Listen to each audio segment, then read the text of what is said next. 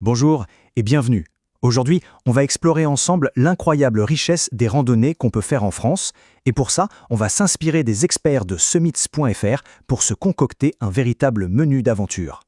Alors pour commencer, juste pour poser le contexte, ce chiffre, c'est le nombre de lecteurs que summits.fr guide chaque mois. Plus de 30 000. Ça vous donne une idée de la référence qu'on a là. On parle de vrais passionnés qui connaissent leur sujet sur le bout des doigts. Et c'est là toute la question, n'est-ce pas ? Face à des milliers et des milliers de sentiers, le plus dur, c'est souvent de faire le premier pas. On se dit, par où est-ce que je commence ? Eh bien, c'est exactement ce qu'on va décortiquer ensemble.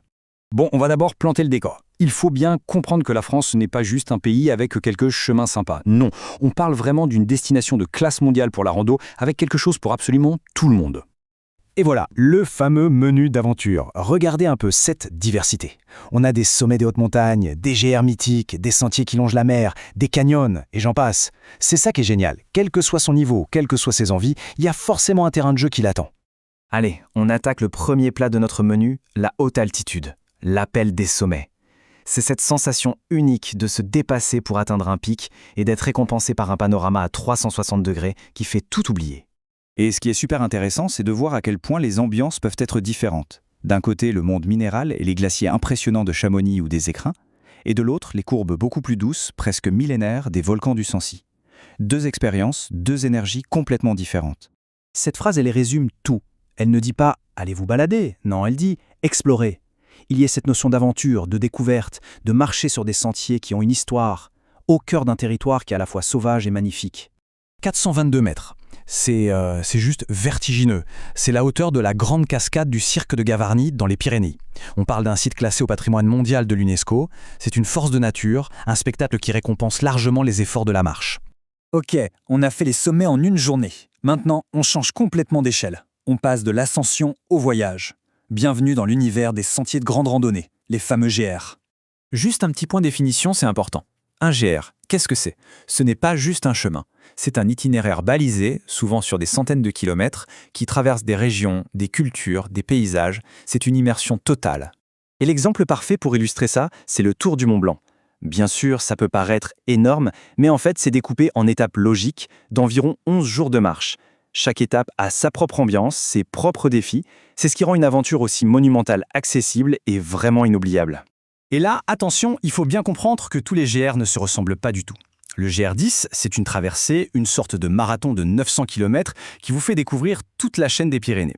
Le GR20 en Corse, c'est autre chose. C'est plus court, mais c'est un concentré d'intensité, très technique, très exigeant. On dit que c'est le plus dur d'Europe. Après les sommets et les longues traversées, on pourrait penser qu'on a tout vu. Eh bien, pas du tout. On va maintenant plonger dans une véritable mosaïque de paysages, des décors de cartes postales qui sont parfois juste à côté de chez soi. On commence avec un pur joyau de la Méditerranée, les Calanques. C'est ce contraste incroyable entre le blanc presque aveuglant de la roche calcaire et toutes les nuances de bleu de la mer. C'est une randonnée où l'on respire à la fois le sel et les pins. On quitte le bord de mer pour s'enfoncer un peu dans les terres, et là, le Verdon, le plus grand canyon d'Europe. C'est une entaille spectaculaire dans le paysage. Randonner là-bas, c'est un peu comme descendre dans les entrailles de la terre, avec cette eau couleur émeraude des centaines de mètres plus bas.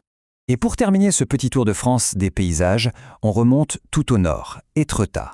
Des falaises mythiques, connues dans le monde entier. L'ambiance ici est plus sauvage, plus venteuse, modelée par l'océan. Les points de vue sont juste iconiques. Le Colorado français. J'adore cette expression, elle est parfaite. Elle montre bien qu'on peut trouver en France des paysages complètement inattendus qui donnent l'impression d'être à l'autre bout du monde. Le Vercors, c'est exactement ça. Bon, tout ça, ça donne envie, c'est sûr. Mais une fois qu'on a l'idée, il faut la concrétiser. Et une aventure réussie, c'est d'abord une aventure bien préparée. Alors, voyons les conseils pratiques et essentiels de summits.fr. Alors là, attention, point crucial. Il faut absolument connaître la différence entre le bivouac et le camping sauvage. Le bivouac, c'est l'esprit rando. On monte sa petite tente au coucher du soleil, on la démonte à l'aube et on ne laisse aucune trace. C'est souvent toléré, voire autorisé. Le camping sauvage, c'est s'installer pour plusieurs jours. Et ça, c'est beaucoup plus réglementé et même très souvent interdit. Du coup, ça nous amène à ces quelques règles d'or pour un bivouac respectueux.